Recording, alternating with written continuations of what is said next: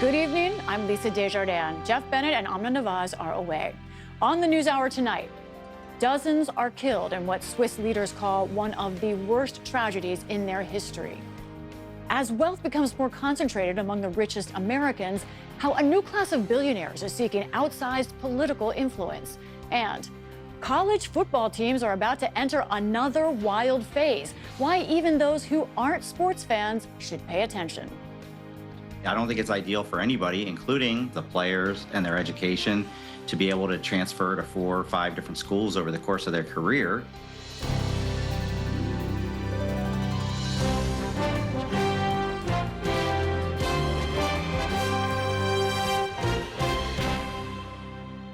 Major funding for the PBS NewsHour has been provided by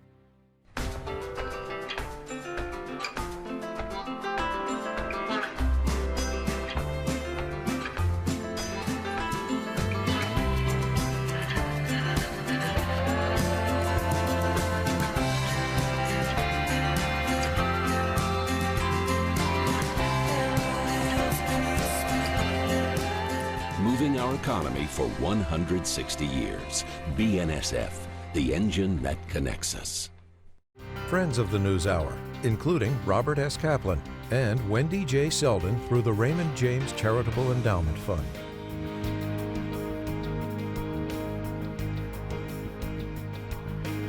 Carnegie Corporation of New York, working to reduce political polarization through philanthropic support for education, democracy, and peace. More information at carnegie.org. And with the ongoing support of these individuals and institutions.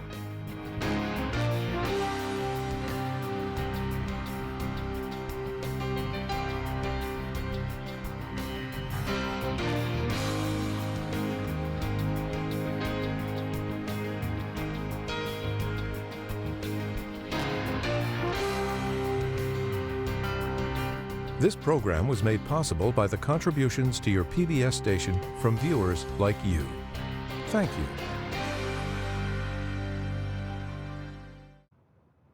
Welcome to the NewsHour.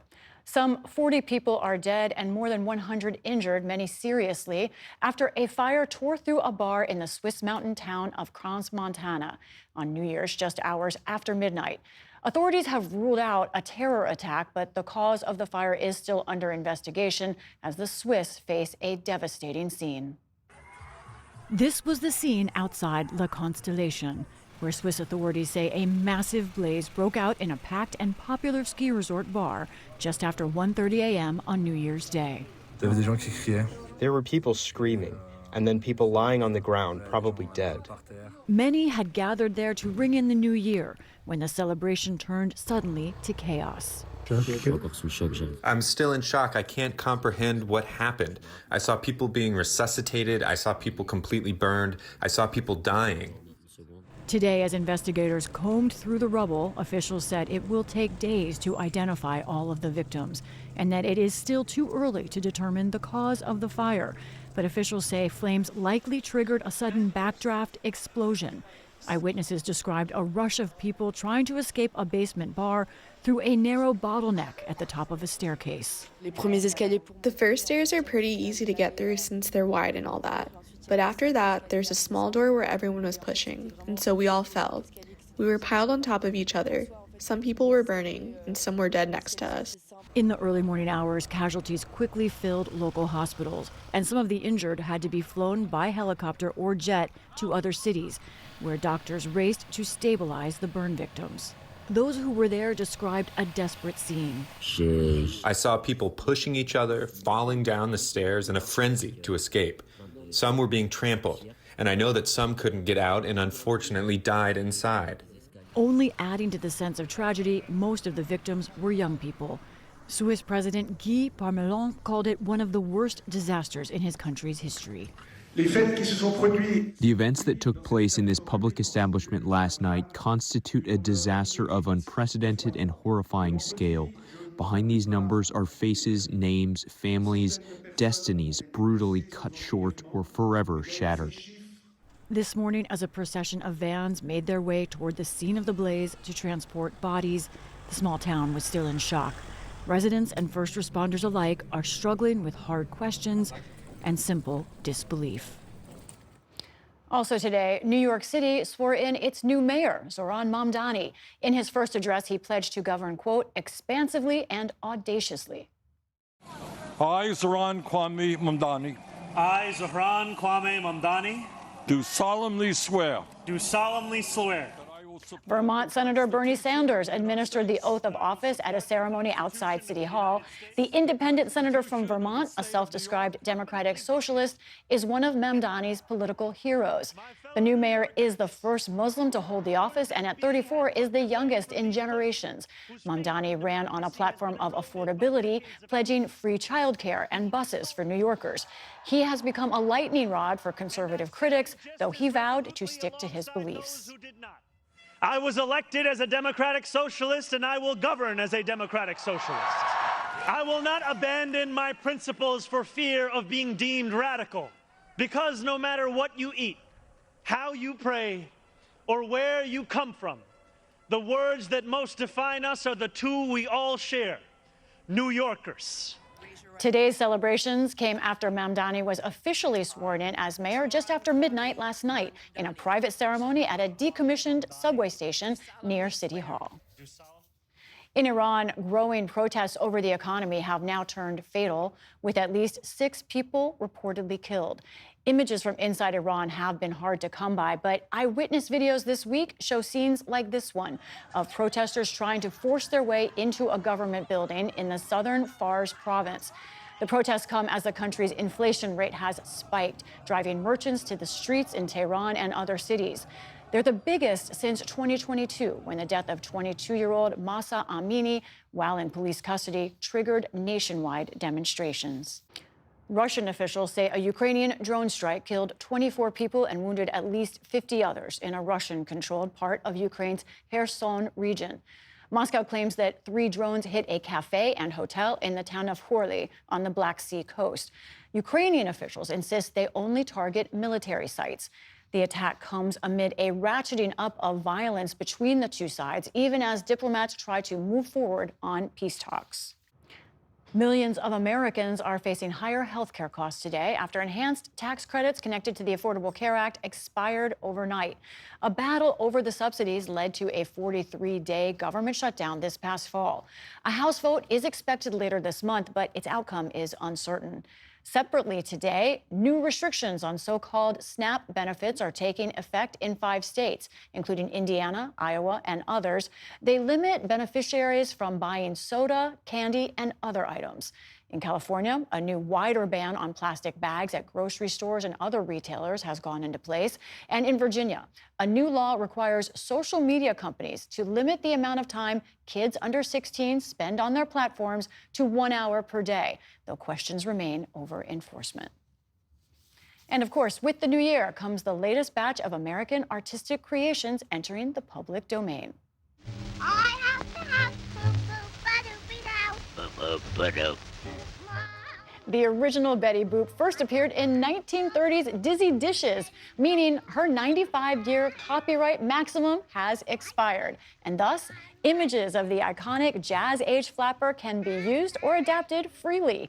She's joined by Blondie, whose first comic strip also debuted in 1930, plus a trio of detectives, including the teen sleuth Nancy Drew, Sam Spade, who featured in Dashiell Hammett's The Maltese Falcon, and Miss Marple, the Agatha Christie creation, who solved her first mystery in Murder at the Vicarage, along with a number of songs, films, and others. Still to come on the NewsHour, a National Geographic explorer on his globe-spanning journey on foot. The young CEO of Red Lobster joins our podcast to discuss leading the company after bankruptcy. And we explore the Scandinavian concept of hygge and its growing popularity in the U.S. This is the PBS NewsHour from the David M. Rubenstein studio at WETA in Washington, headquarters of PBS News. Many New Year's traditions are meant to bring prosperity in the months to come. But America's relationship to wealth is, in a word, complicated. Last year saw the return of a billionaire to the Oval Office, and President Trump stacked his inner circle with other wealthy individuals, including former advisor Elon Musk, Commerce Secretary Howard Lutnick, and Education Secretary Linda McMahon, all successful business people who are billionaires. This solidified seats at the table for the ultra-rich after a presidential campaign season that saw the wealthiest 100 Americans spend over $1 billion on federal elections, according to a Washington Post analysis. But as billionaires' influence has grown, so too has Americans' skepticism. In a recent Washington Post Ipsos poll, 58% of respondents said billionaires spending on campaigns is bad for the country. As we begin this midterm election season, we take stock of the intersection of money and politics with Washington Post reporter Beth Reinhart. Beth, you cite some staggering statistics in your research here and reporting.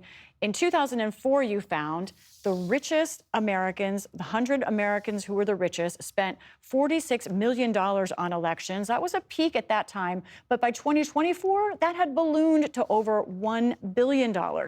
Now it accounts for $1 in every $13 spent in the election. How did we get here? Yeah, it was a pretty staggering increase. There's a few reasons that we're seeing this outpouring from the billionaire class. One obvious reason is the billionaire class has grown. Forbes counted 902 billionaires in the United States this past year. That's more than in any other country in the world. And that's twice as many as there was just a little more than a decade ago. So the billionaire class is much bigger and it's much wealthier. If you're a billionaire, spending literally hundreds of millions of dollars on an election is really just changing your pocket. They basically can spend what to many of us just seems like unlimited money. And there's other reasons too. I mean, a big one is the rulings by both the Supreme Court and other federal courts that have really loosened the reins on campaign finance regulation. And billionaires are often turning to super PACs. They can give unlimited amounts to these organizations. And those in turn are spending, record-setting sums on politics. It is unquestionably a lot of money, but you also looked into where it's going, and you found some 80% of the money in the last election went to Republicans. That's a big shift. Can you explain how you figured that out and also what's happening here? Right. So we looked at the 100 richest Americans in the country, according to Forbes. So that's a slice of the billionaire class. And we found that 80% of their spending in the 2024 election did go to Republicans. And a big part of that is the tech industry. We know that the tech industry in the last few years has created extraordinary riches for a certain amount of people. And while Silicon Valley in the past was traditionally more liberal, it has shifted sharply to the right. We saw that in Elon Musk. He's sort of the biggest and best example of that. Elon Musk, the richest man in the world, used to lean Democratic. We know he heavily spent on behalf of Trump and other Republicans, nearly $300 million in 2024. And many others in the tech industry shifted with him. And so these richest Americans are currently, gravitating toward Trump's Republican Party. What do billionaires get out of this? That's a good question. I mean, we talked to a few billionaires, which, maybe not surprisingly, they're not the easiest group to get on the phone. But what some of them told us that they liked about Trump is they feel that, he is obviously a businessman. He had never held elected office before becoming president. They like that he has this sort of distaste for government, this view of the deep state, as Trump calls it, of this bureaucracy. He has radically dismantled that regulatory structure, especially during his second term. And business people like that. Courting wealthy donors is nothing new in America, and especially the richest donors in politics. Is this the scale that's different, or is there something else bigger that has shifted here? It's both the scale and sort of the brazenness of it under Trump. I mean, Trump is someone who, has always surrounded himself with wealthy people and enjoyed the trappings of wealth and never sort of shied from it.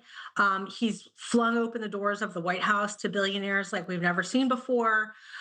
We saw an unprecedented number of billionaires sitting on stage at his inauguration. It's just much more open and in your face, and like you say, the scale is more than we've ever seen before. And I think it's just going to keep going in this direction. There's expected to be trillionaires in the next decade, and so I think we've really reached a point of no return here. Last year in Wisconsin, Elon Musk tried to affect the state Supreme Court there. He lost with voters. Can you help us as we're heading into this midterm election where politicians talk so much about the middle class and working class? What are the pros and cons of having billionaires on your side? I think, anyone in politics who's being candid will acknowledge that if you have access to a billionaire, it makes you very attractive as a candidate. But the Musk example shows that there are limits and that there can be a backlash. When Zohran Mamdani, who, like his sort of mentor Bernie Sanders, started lashing out at billionaires, saying they shouldn't even exist. We saw billionaires band together in New York City to try to block him from getting elected New York City mayor, and they lost. And, in Wisconsin, like you said, there were protests against Elon Musk spending some $20 million on a Supreme Court seat. So while billionaires are having this influence, politicians are more dependent than ever. There are limits to their influence. There are times when it reaches a point where it becomes sort of a negative thing to have billionaires spending on your behalf. Beth Reinhart of the Washington Post, thank you so much. Thank you.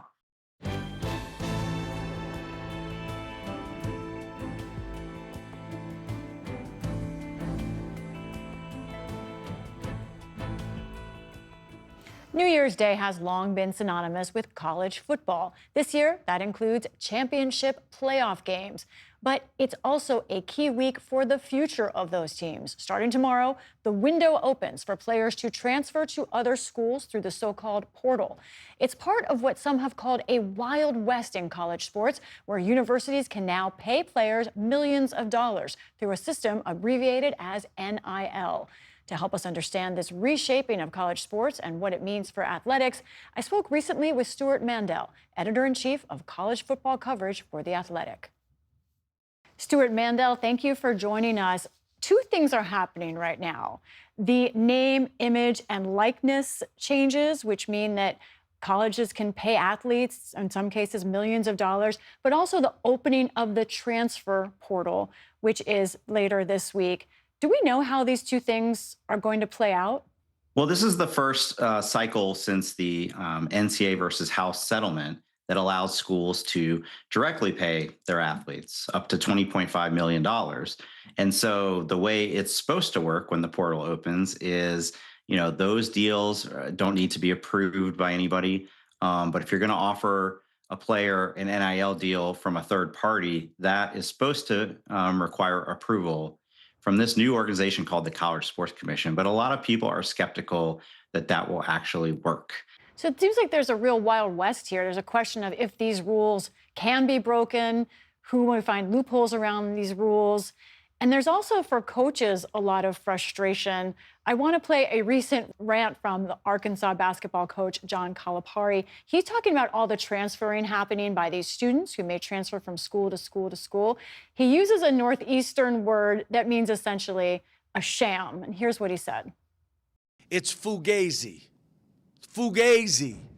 Because they're getting 400, 500, 800, a million, and they're not pros.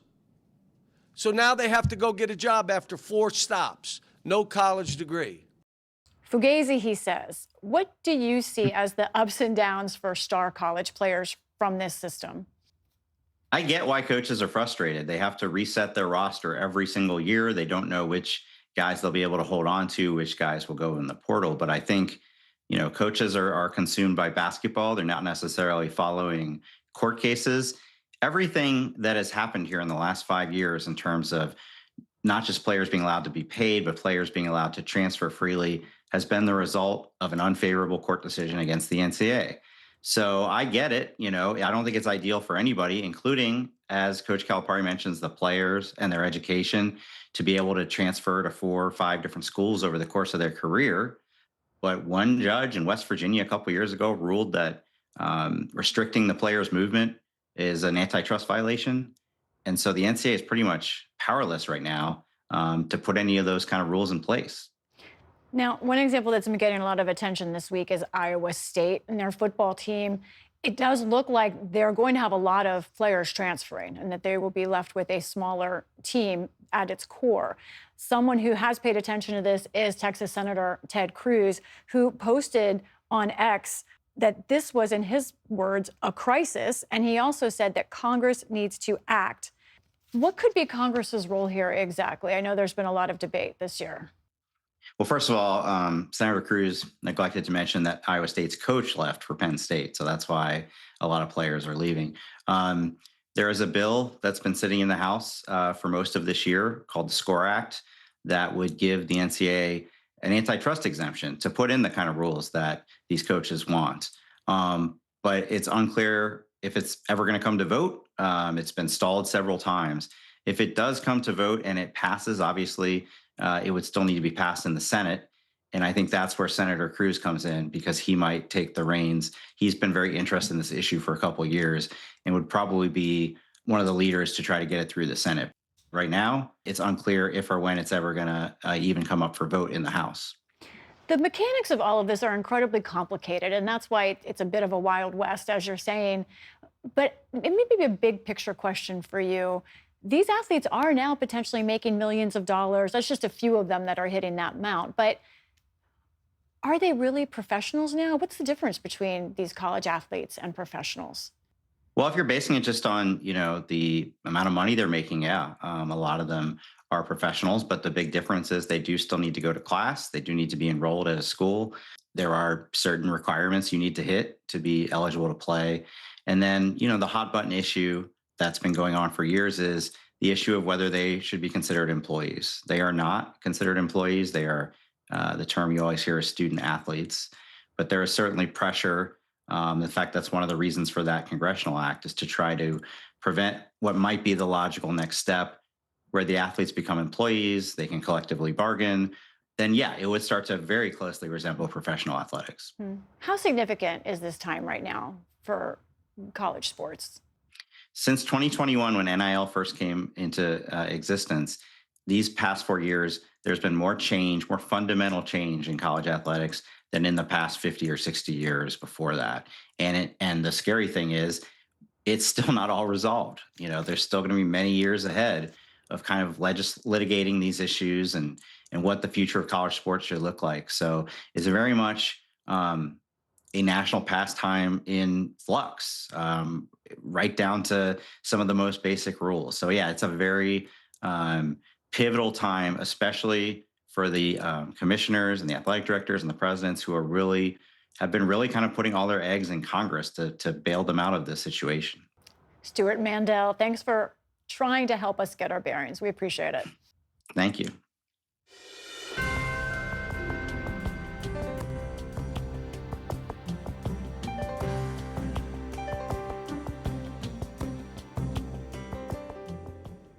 In the last 2 years, National Geographic explorer Paul Salopek traversed the Chinese countryside, marched along South Korea's demilitarized zone, and fended off grizzly bears in Alaska. And he's done it on foot. Now his expedition from Africa to the tip of South America, crosses into the Western Hemisphere. Stephanie Tsai checks in on his adventures to date. Paul Salopek is more than halfway done with his journey, dubbed the Out of Eden Walk. His path began in the Great Rift Valley of Ethiopia in 2013, winding through the Middle East and Asia before crossing the Pacific Ocean for Alaska.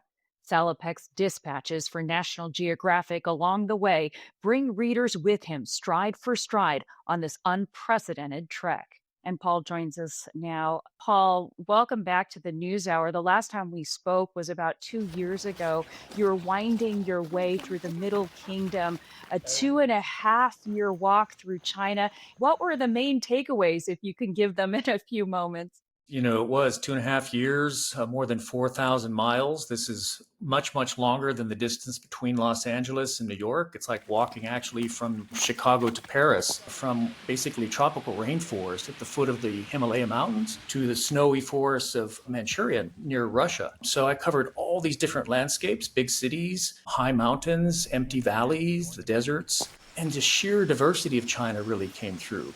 And it allowed me as a journalist to kind of get out of the bubble that many of us travel in when we go for quick, short hits to places like China and talk to ordinary people every single day. It was quite a privilege. Let's move on to the next parts of your journey, which take you to South Korea and then Japan, where again, you're walking in the rural countryside, but I sense such a theme of emptiness and isolation and loneliness. Were those your main takeaways from that region? It really was. When I took a ferry boat from northern China into South Korea and then another ferry into Japan, one of the most startling kind of discoveries for me was just how empty the countryside is. The depopulation of the countryside in South Korea and Japan as a product of hyper-urbanization and hyper-globalization was just astonishing. When I walked through the rural parts of Honshu, the main island, I one day walked almost 25 miles and saw 3 people. I had to go back to my methodology of camping and going across the deserts of Central Asia or the deserts of Saudi Arabia.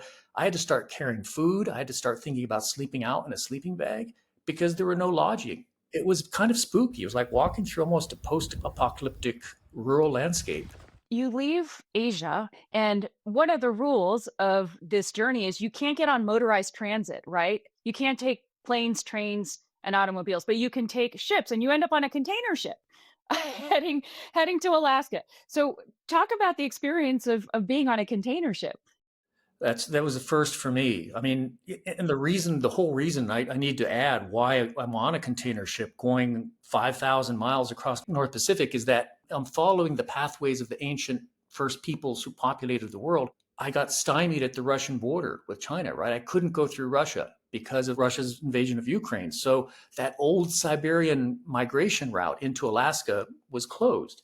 So the alternative was taking a ship across the Pacific. A container ship took me for 11 days between Yokohama, Japan, to a tiny port in British Columbia in Canada called Prince Rupert. We were traveling at about 15, 16 miles an hour, moving something like 4,000 containers of everything you can imagine. And it was like a glimpse, Stephanie, of looking behind the scenes at how globalization works. Who are these seafarers who move all of our stuff, all the clothes that we're wearing, all the stuff in our homes, the cars that we drive, moves on these giant moving warehouses. The ship was 300 meters long. That's like 4 city blocks. It was colossal. You have to tell me what the lost coast of Alaska was like and what the most remarkable moments there were. What I've said, Stephanie, before is that this is kind of a walk of a lifetime, a journey of a lifetime, in which there are walks of a lifetime inside of it. And one of them was the lost coast, the outer coast of Alaska. And where's that? It's that long stretch of exposed coastline on that little kind of finger of Alaska that stretches out of the main chunk of it. I think it was about 300 miles of empty wild beaches, of spruce forests coming down to wild surf, of glaciers spilling into inlets, of seeing grizzly bear, seeing moose on the beaches. I never imagined these wild animals being on beaches, and there they were. And it's also kind of soberingly, on a more serious note, beyond the kind of natural wonder and the joy of knowing that there are these landscapes still left on the planet, is it's incredibly dynamic due to the climate change crisis. These glaciers are melting. It's changing the course of rivers. It's affecting the ecology of salmon that migrate up the rivers. As one of the experts that I talked to said, this is the geography, Paul, of the future. Right here. It's kind of the laboratory of what's going to happen in different ways around the world. So you're back in the Western Hemisphere, Paul. And is it true that the last time you were in the US was a decade ago? If that is the case, what are your reflections upon returning? It's been quite a lot happening in the last decade. The last time I was in the US was December of 2012. And that was like just before Obama was sworn in the second time, right? Twitter had just gone public when it was called Twitter back then. It's both kind of exhilarating, but also a bit strange. I've told my editors I feel a little bit like, I don't know, a guy who's come back from like Rumpelstiltskin, come awake under the tree after a lifetime, right? And the world has changed around him. And where are you off to next? So I'm hunkered down for the winter, waiting for the worst of the winter storms to pass. And my winter base is in Gustavus near Glacier Bay National Park in southeastern Alaska. In the springtime, the plan is to kind of do something very different. After walking, I don't know, about 18,000 miles, I plan to get into a sea kayak about 1,000 miles south to Vancouver and the US border. As archaeologists are discovering, the people I'm following, the first discoverers of the world back in the Stone Age, did use watercraft. And I'm going to try to follow their pathway now. I'll be paddling, and I'll have paddling partners instead of walking partners. So that's the plan in the spring. Well, we look forward to reading all of your future dispatches on your walk and on your canoe. Paul Salopek, you can read all of Paul's writings and see his videos at outofelenwalk.com.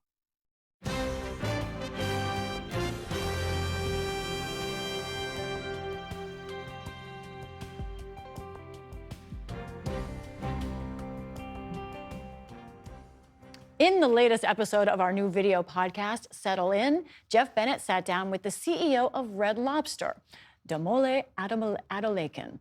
They discuss how the young executive is trying to build on the legacy of Red Lobster while turning the seafood chain around after bankruptcy. Here's an excerpt of their conversation.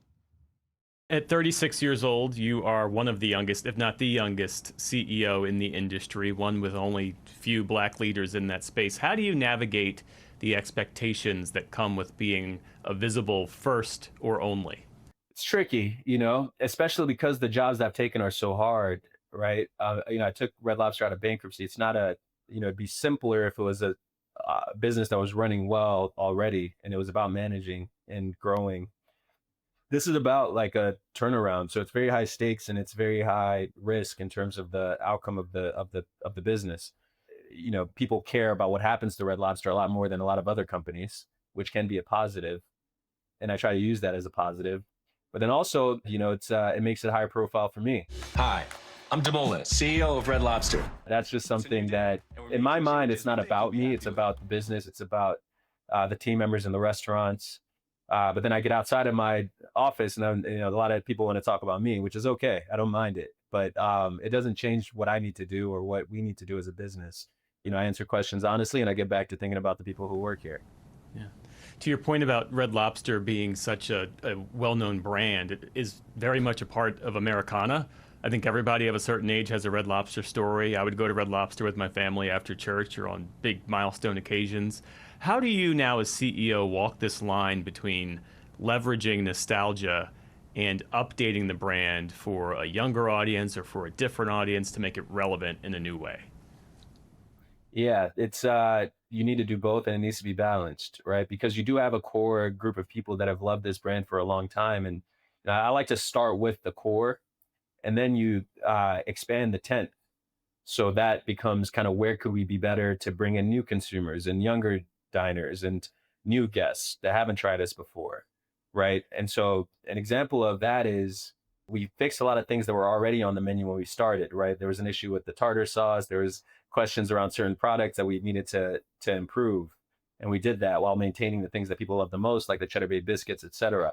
When you were announced as the CEO, I saw on social media, all over social media, people were going to Red Lobster in many ways to support you because they were invested in your success. We support a Black-owned CEO. So come with us to try the new Red Lobster seafood boil. Did you see any of that? And I wonder, how did that make you feel? Yeah, we saw some of that, and it's really an inspiring thing. It's motivating. I think it is partially because of me, but I think these are people that loved Red Lobster a lot of times in the past or used to frequent Red Lobster and more or less gave up on it, right? And I think what I have represented to these people is hope that it can come back and be as good as they remember, right? So, it's something I appreciate and I don't take for granted, and I think speaks to the strength of the brand as much as anything, which is, is there a chance it could be what they grew up with, right? Or what they recall from the last time they came. Earlier this month, 4 Americans were honored with new works placed at the Smithsonian National.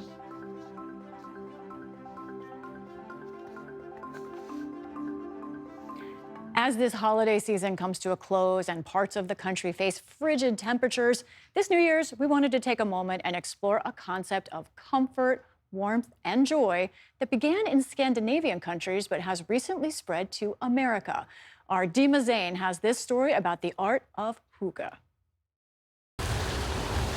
In the bitter cold of a Minnesota winter, Ingebretsen's Nordic Marketplace offers an oasis of coziness.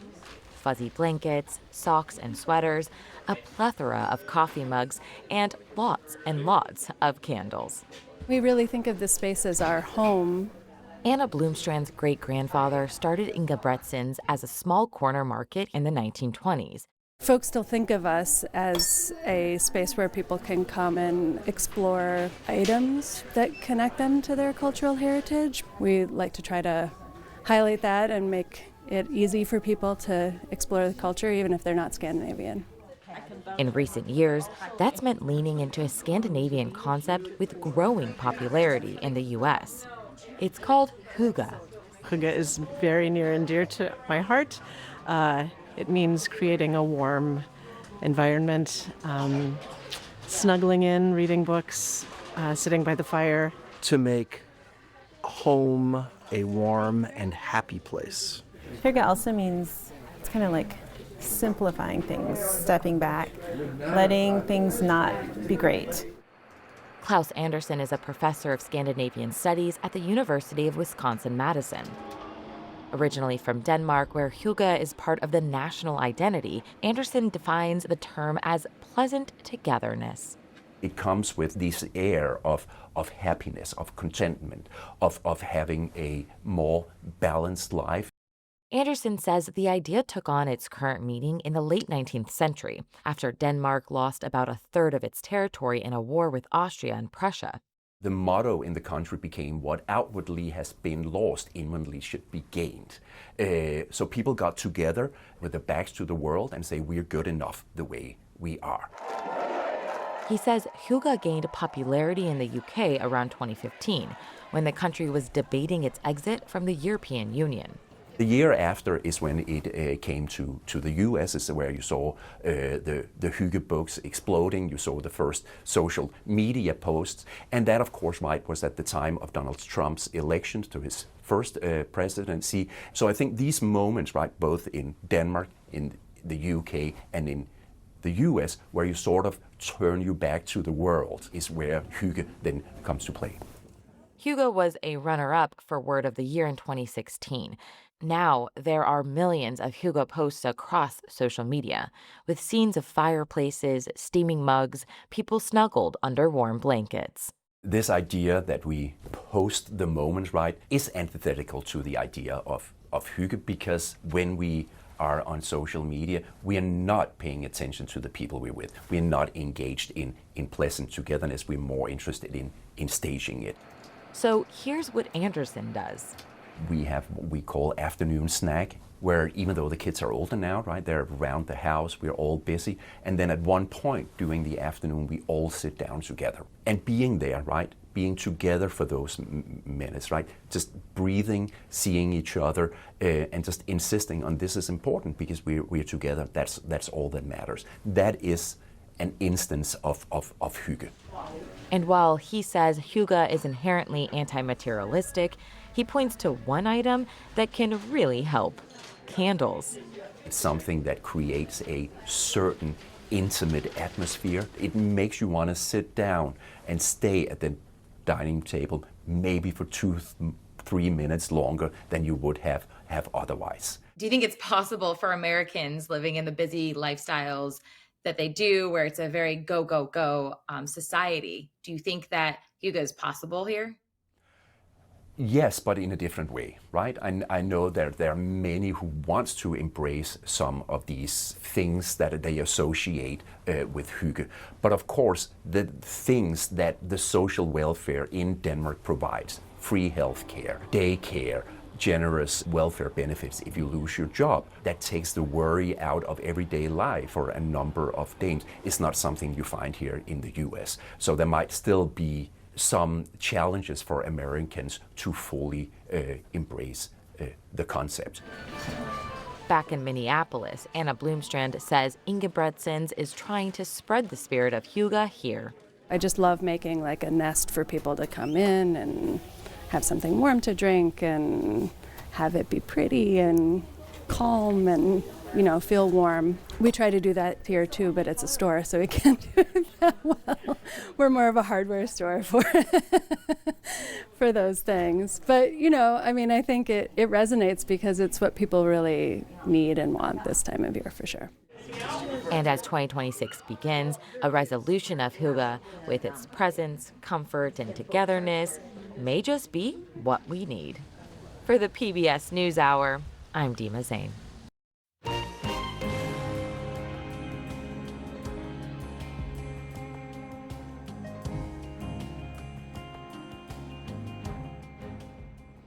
Earlier this month, 4 Americans were honored with new works placed at the Smithsonian National Portrait Gallery in Washington, D.C.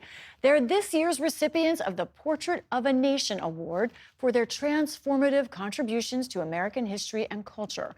One of them is Temple Grandin. She's not only transformed animal welfare around the world, she's also impacted the public perception of people with autism. John Yang has this second look as part of our Canvas series and our ongoing coverage of the intersection of arts and health. She's a giant. I mean, she is a legend. Artist Dave Lenz painted the portrait of Temple Grandin. I wanted people to come into the museum and see a beautiful portrait of a person who's done amazing work, who also happens to have autism. It depicts Grandin wearing her trademark outfit, an embroidered shirt and bolo tie. And, of course, she's on a cattle farm surrounded by livestock. They have very beautiful eyes. It's easy to see that these are warm-blooded, feeling animals that are worthy of our humane treatment. The humane treatment of livestock has been Grandin's life's work. As a child, she didn't speak until she was nearly 4. The doctors who diagnosed her with autism recommended putting her in an institution. Her mother refused. Now Grandin considers her unique mind her greatest strength. Her perspective was key to her groundbreaking redesign of cattle handling facilities to eliminate things that could frighten or unnerve livestock. Today, her principles guide the way nearly half of cattle in North America are handled. She's also helped ease anxiety for people with autism. As a teenager, she designed a squeeze machine to gently apply a calming pressure, like a giant hug. She based it on a device she saw on a cattle farm to hold livestock in place for vaccinations, health checks, and the like. When you walk back by them, you got to do kind of a quick motion. Grandin has a PhD in animal science and is a professor at Colorado State University. And who wants to let this one out? She was the subject of an award-winning HBO movie. I could see the world in a new way. I could see details that other people were blind to. And was on Time's list of the 100 people who most affect our world, and she's written more than a dozen books. Her talks and book signings draw big crowds. She says her story demonstrates the importance of having different kinds of thinkers, a message highlighted by the presence of her portrait in the National Portrait Gallery. It will be on view there until next November. Earlier, I sat down with Temple Grandin. I asked her what she thought of her portrait. I think it's absolutely gorgeous. I was so happy when I first saw it. This beautiful, I kind of like the kind of misty rainbow in it. Really like that. Our experiment station cattle looked just great in that. How did it feel when they told you you were going to go into the National Portrait Gallery? Like, you got to be kidding. I think it's like some of the Nobel Prize winners. When they get the call from Sweden, they just can't believe it. I almost couldn't believe it. I'm going, you got to be kidding. Now explain why there are cattle in this portrait. Well, cattle's what I have worked with. I've worked on designing facilities for cattle. I've worked on developing animal welfare guidelines, teaching people in the industry how to use them. I started out in the feed yards in Arizona back in the early 70s. Handling of cattle was dreadful. And I worked on designing better facilities. I also wrote a lot of articles just on how to, on cattle behavior, how to design things. I saw the cattle handling as something you could fix. Now today, cattle handling is greatly, greatly, greatly improved. The livestock associations have training materials. You have to have both good equipment and the management. You know, good equipment makes good handling easier, and you have to have top management in a place that insists on handling cattle and other animals right. Large customers like McDonald's and other large customers are auditing animal welfare. Handling has really improved, and that's something I'm very proud of, the improvements I've seen in that. I know you don't want to be known specifically or mostly for being someone with autism, but I've also heard you say that it helped you in your work with cattle and livestock. Well, I'm an extreme object visualizer. Everything I think about is a picture. So the very first work I did with cattle was I got down in the chute to see what cattle were seeing. They'd stop at a shadow. They'd stop at a reflection. They'd stop at a pickup parked next to the facility. And visual distractions affected their behavior. Now, at the time that I did this in my 20s, I thought everybody was a visual thinker. And it was kind of shocked to me when I found out that they weren't. And in my latest book, Visual Thinking, I discussed the research on object visualizers like me. Then you have more mathematical pattern thinkers. Then you have word thinkers. Now, the problem with us object visualizers is we can't do higher math. But I worked with people that were undiagnosed autistic. They had big machine and welding shops, and they were inventing and building and patenting mechanical devices. And I'm very concerned that these people are getting screened out of our educational system. In this case, different is a strength. Yes. How does that play into how you talk to young people with autism, how you talk to families who may have children with autism? Well, autism goes all the way from Einstein and Bill Gates to somebody that never learns to speak. I learned to speak by age 4. I was good at art. My ability in art was always encouraged. Object visualizers are good at art, mechanical, animals, and photography. So the things that object visualizers are good at. Terrible at abstract math. Can't remember it. But I worked with all these shop people that built and installed equipment for me that couldn't do algebra, and they're not getting replaced. Who do you want fixing the hydraulics that steers your airplane or my airplane? I want that object visualizer. I don't care about the algebra, but I want the steering to work on that plane. Do you think the fact that there is so much discussion about autism, is that a good thing? Well, there's a lot of things that are good. I'm a big proponent of developing strengths, because you can get an autistic object visualizer like me, non-mathematician, or you can get a mathematician, an extreme mathematician, and those kids are not being developed. I've been getting feedback from teachers that they make them just do the same boring little math in 4th grade. They get bored, and then they turn into behavior problems when they need to be challenged with more advanced math. And you want to take the strength and build on it. You know, if the autistic person is an extreme mathematician, let's develop that. If they're an extreme object visualizer, I'm going to really push towards the mechanical. Families with children who are diagnosed with autism, they may think it's a horrible thing, but what do you tell them? Well, when the child is like under age 5, I looked very severe when I was 2.5. I was very lucky to get into very good early education. This is essential. And I was taught language. I was taught the ability to wait and take turns at games, and taught basic skills, like getting dressed, brushing my teeth, basic skills. And this early education is really, really important. I'm seeing too many kids put on 2-year wait lists when they're 3 years old. That is really bad. And the other thing, mother had high expectations, but with some accommodations. When I was 5, I remember going on a ferry boat and flinging myself on the floor, screaming when the horn blew. Well, we're going to go on that ferry, but you can ride in the cabin underneath, away from the horn. An accommodation was made. But we are going to go on that ferry. That's the high expectation.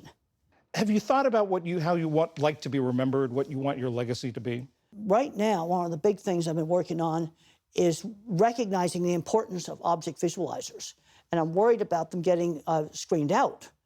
Okay, I went up to community college, and they're doing a 2-year factory maintenance degree and requiring calculus and algebra. Well, you're going to screen out the very best mechanic for keeping a factory running. So is being a visual thinker your superpower? Yes, being a visual thinker. You see, the extreme visual thinkers, and I've talked to a lot of photographers too, very good photographers, can't do higher math, drawn to photography. They could excel in that. Very good with animals, because animals are sensory-based thinkers, but also very good with mechanical things. I tell business people, plain and simple, we need the skills. And the one thing where AI is not going to replace, who's going to fix an elevator, or make sure the waterworks work, or make sure the hydraulics works on a plane. I just talked to a science teacher, and her dad airplane mechanic, couldn't do any higher math. He fixed some hydraulic problem on a Boeing airplane, and Boeing put it in every one of their airplanes because he could just see how the hydraulics works. We need these thinkers. Now, where we need our mathematical engineers, let's take something like a spaceship.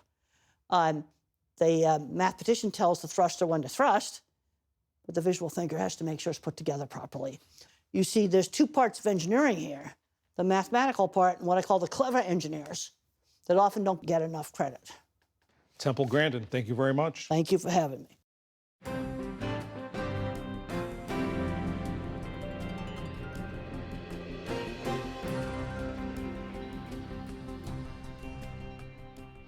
If you're looking to buy a new car in the new year, you might notice the prices seem to be higher than in the past. Most notably, there are fewer budget cars on the market. PBS News digital producer Cecilia Lawman talks with two experts about why that is. In 2017, there were 36 vehicle models for sale in the U.S. for less than $25,000. This year, according to Cox Automotive, there are only 5. So, where did all the cheap new cars go? Here are 4 things to know. 1.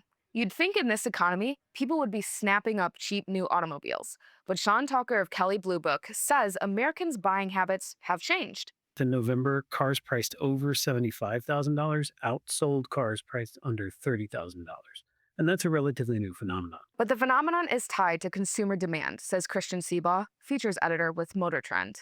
Automakers have realized that the subcompacts, the traditional entry-level cars that we always think of, just weren't moving. And so they've pivoted in a way with the SUV, small SUVs and stuff. And a bonus to meeting consumers where they are, bigger profit margins. Most SUVs these days are made on the same platform as cars are. The cost of actually building one is relatively similar, and they're able to sell them successfully for a higher price. 2, tariffs aren't to blame yet.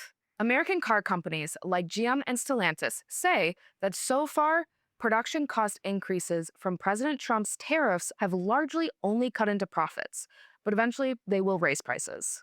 They can't afford to absorb the hit forever. It's a question of when somebody finally makes the move, then I think they all will. But tariff policies on vehicle imports could spell trouble for some existing cheaper models. When GM brought back a redesigned Chevy Trax in 2024, it had a price tag under $22K. More than 200,000 of the vehicles sold in the first year on the market. But the tariffs kind of threw a wrench into that. To save money, they built it in South Korea. And so just after they introduced the new one that was far more attractive, its price went up dramatically due to tariffs. And let's not forget inflation. Even with the cars that have had price increases, it's hard to say how much of the price increases are tariffs, how much of it are, just everything costs more. 3, can lawmakers help bring down prices? In early December, President Trump announced a rollback of fuel emission standards, stating this will help make cars more affordable. The action is expected to save the typical consumer at least $1,000 off the price of a new car. And the Senate Commerce Committee is holding a hearing in January focusing on how some safety standards, like automatic emergency braking and rear seat alarms, are driving up vehicle prices. But Tucker doubts either move will make a significant dent in prices. Back in June, they stopped enforcing the fuel economy standards. So changing a standard that you don't enforce has pretty limited impact anyway. Were they to remove some of those restrictions on safety, that enables the automakers to remove a few sensors and such, so it would bring costs down a bit, but nowhere close to what they're discussing. One policy that did reduce vehicle prices? EV incentives. Some entry-level subcompact EVs like the Chevy Bolt and Nissan Leaf start below $30,000. If you bought an EV manufactured in North America with the Biden-era $7,500 tax credit that's now been rolled back by Trump, the final price could have been below $25,000. Those incentives and other investments in EVs did lead to battery costs coming down, and rolling back these incentives will also likely hinder American car companies competing on a global level. The pressure globally is on, can you build an inexpensive EV? And the pressure in the United States is now on, can you return to gas-powered cars? It's a real challenge for them. But it could also push American companies to shift back towards affordable new models. Not having that, in theory, will drive automakers to focus more on the entry level. And instead of fitting all these cars with bells and whistles, like self-driving systems and whatnot, they'll focus more on the traditional basic car. But Tucker says this is easier said than done. Creating new affordable vehicles takes time. If Ford were to wake up today and say we need to move back into the subcompact market and start making inexpensive cars, the first ones would roll off the line in 5 or 6 years. 4. So in this current market, what are some sub $25,000 vehicles our experts would recommend? Some of our favorite cars in that price range would probably be the new Nissan Sentra, the Kia K4, it's a sedan that's quite good, the Subaru Crosstrek. There's a lot of great options. I am a fan of the Hyundai Venue and the Kia Soul below the $25,000 line. However, both of those are somewhat endangered, and that I'm not certain they're going to be built for the 2027 model year. For PBS News, I'm Cecilia Lohman. That's the News Hour for tonight. I'm Lisa Desjardins. Amna Nawaz will be back in this chair tomorrow. On behalf of the entire News Hour team, thank you for joining us. Major funding for the PBS NewsHour has been provided by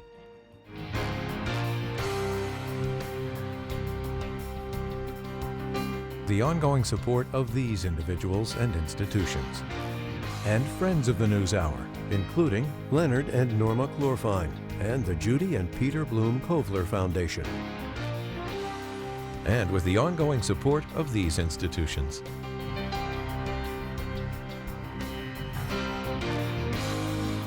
And friends of the NewsHour.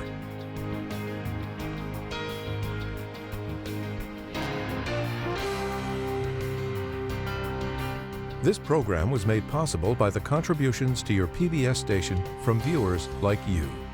Thank you.